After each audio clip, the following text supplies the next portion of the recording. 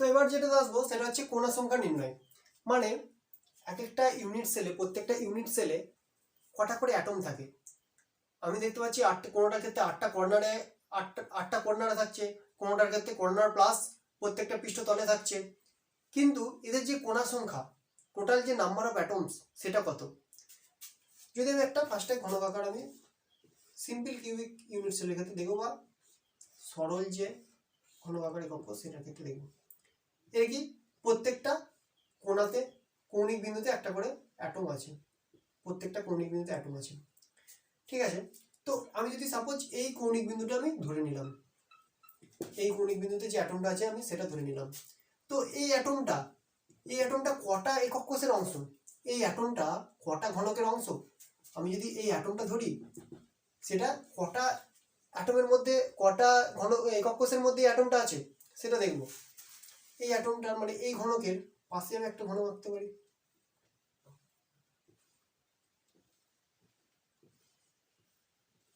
পাশে একটা আঁকতে পারি।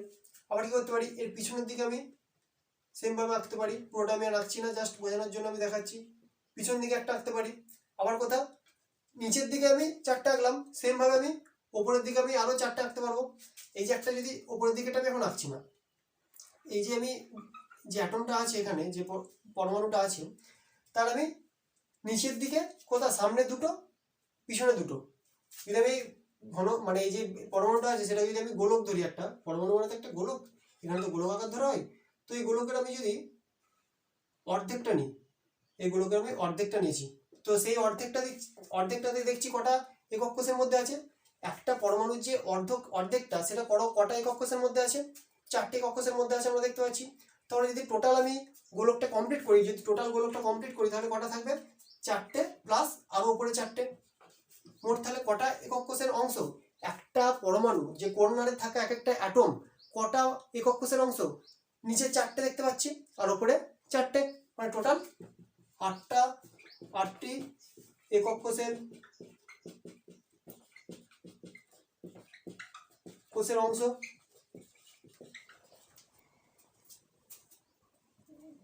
তাহলে কি দেখলাম না, যে কর্নারে থাকা অ্যাটমটা কটা একক কোষের অংশ, মোট 8টা একক কোষের অংশ।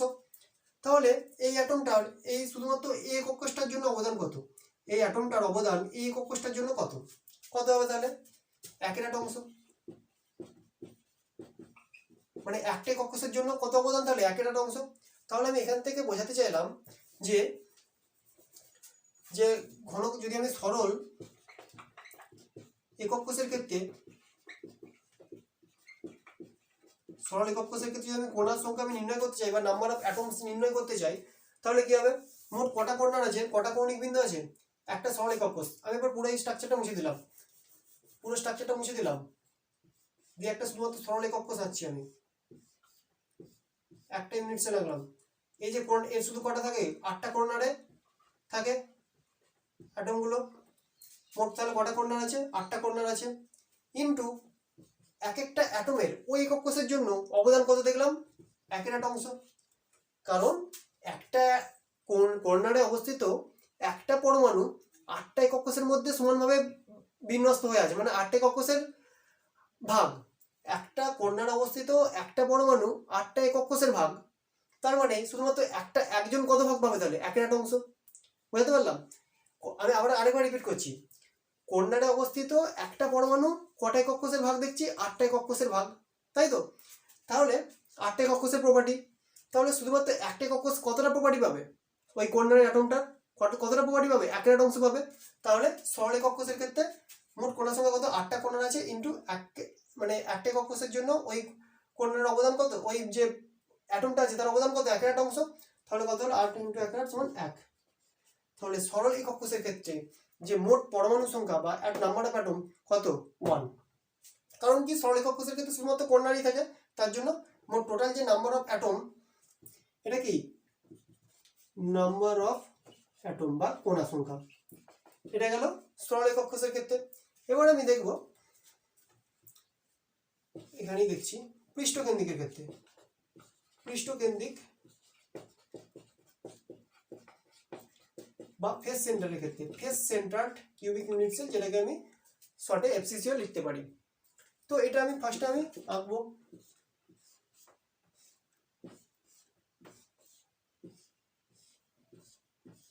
কোথায় কোথায় থাকে? প্রত্যেকটা কৌণিক বিন্দুতে থাকে। ফার্স্ট আমি কি লিখবো? যে কৌণিক বিন্দুতে অবস্থিত, কৌণিক বিন্দুতে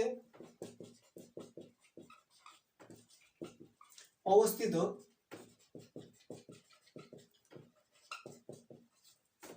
পরমাণুর জন্য মোট পরমাণু সংখ্যা।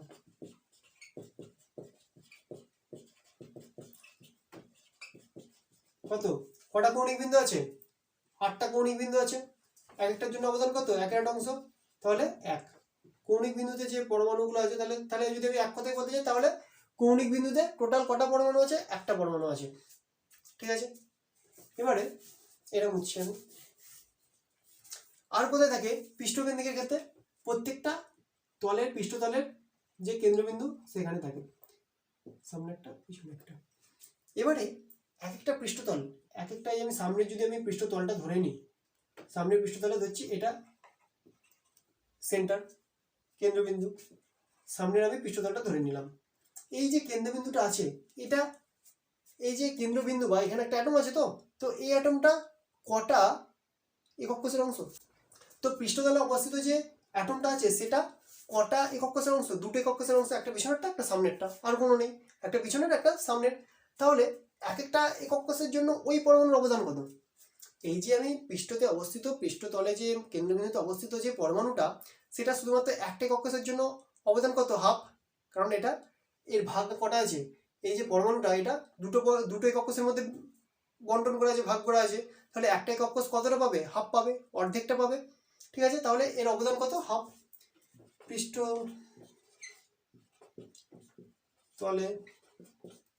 পৃষ্ঠতলে অবস্থিত যে পরমাণুটা আছে তার এক একটা একক কোষের জন্য অবদান কত? হাফ।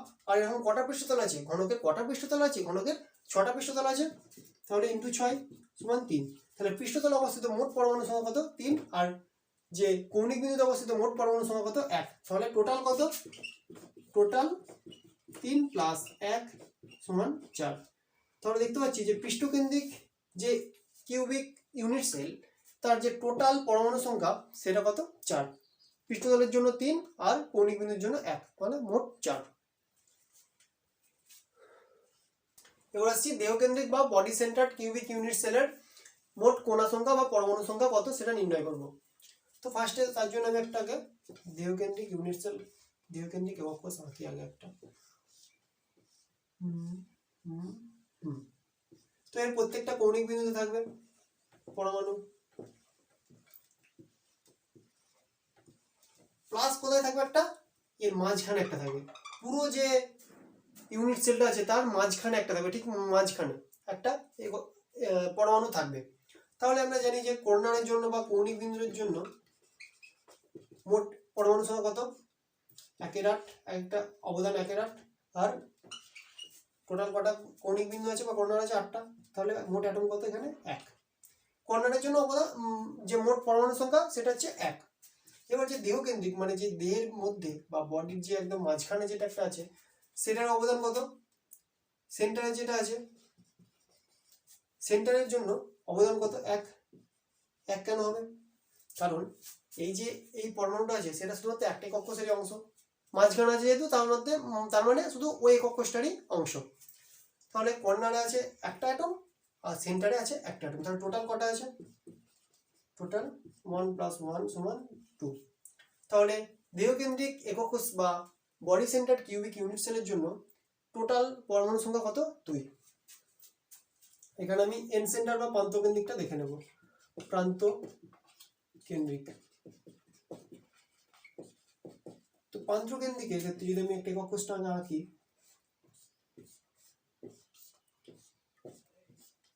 প্রত্যেকটা কর্নারে থাকবে 8টা কর্নারে, প্লাস কি থাকবে? যে কোনো দুটি বিপরীত তলের মধ্যবিন্দুতে।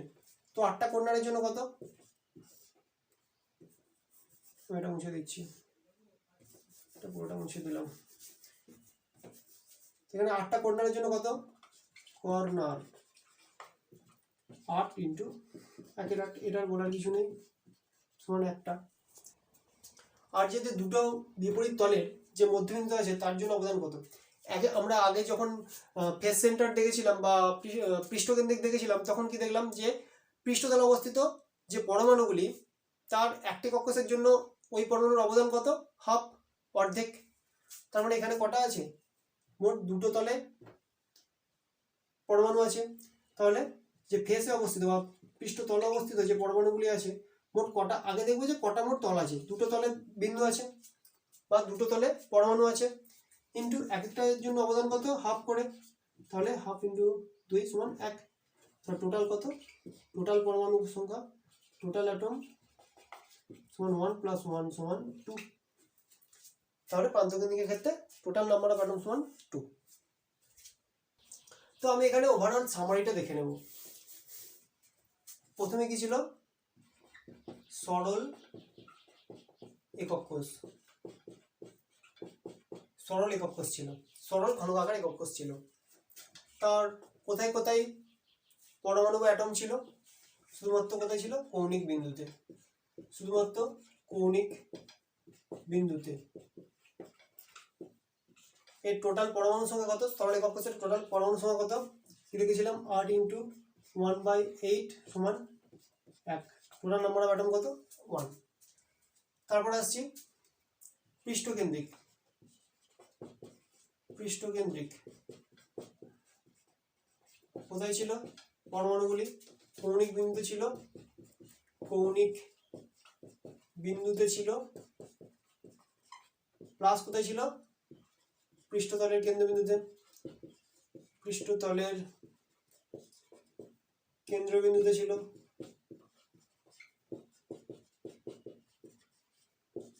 টোটাল নাম্বার অফ অ্যাটম কত, টোটাল যে পরমাণু সংখ্যা 8 × 1/8 সমান 1, প্লাস কি 6টা তল ছিল, 6 × হাফ সমান 3, টোটাল কত, 4টে। দেহকেন্দ্রিকের ক্ষেত্রে, দেহকেন্দ্রিক কোথায় কোথায় ছিল, কৌণিক বিন্দুতে ছিল, বিন্দুতে ছিল, প্লাস কোথায় ছিল, দেহের মাঝখানে একটা ছিল।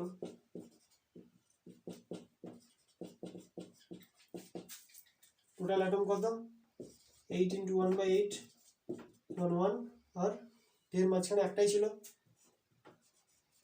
সমান কত, টোটাল 2টো। এবার আসছি প্রান্তকেন্দ্রিক,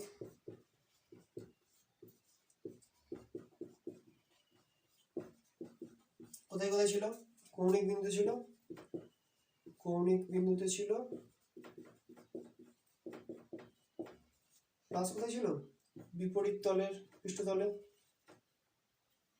যে কোনো একটি বিপরীত তলের পৃষ্ঠতলে ছিল,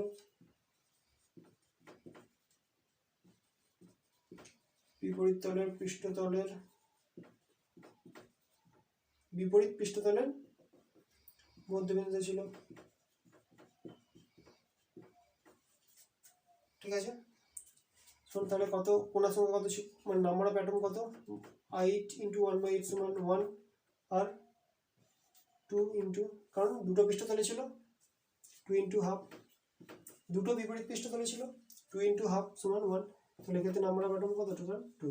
তো এই গেল যে পুরো সামারিটা, কার কোথায় কোথায় পরমাণু থাকে এবং তার জন্য তার অবদান, মানে পরমাণুর যে মোট টোটাল পরমাণু সংখ্যা এবং কোথায় কোথায় তার পরমাণু থাকে সেটার পুরো একটা সামারি আমি এখানে দেখলাম।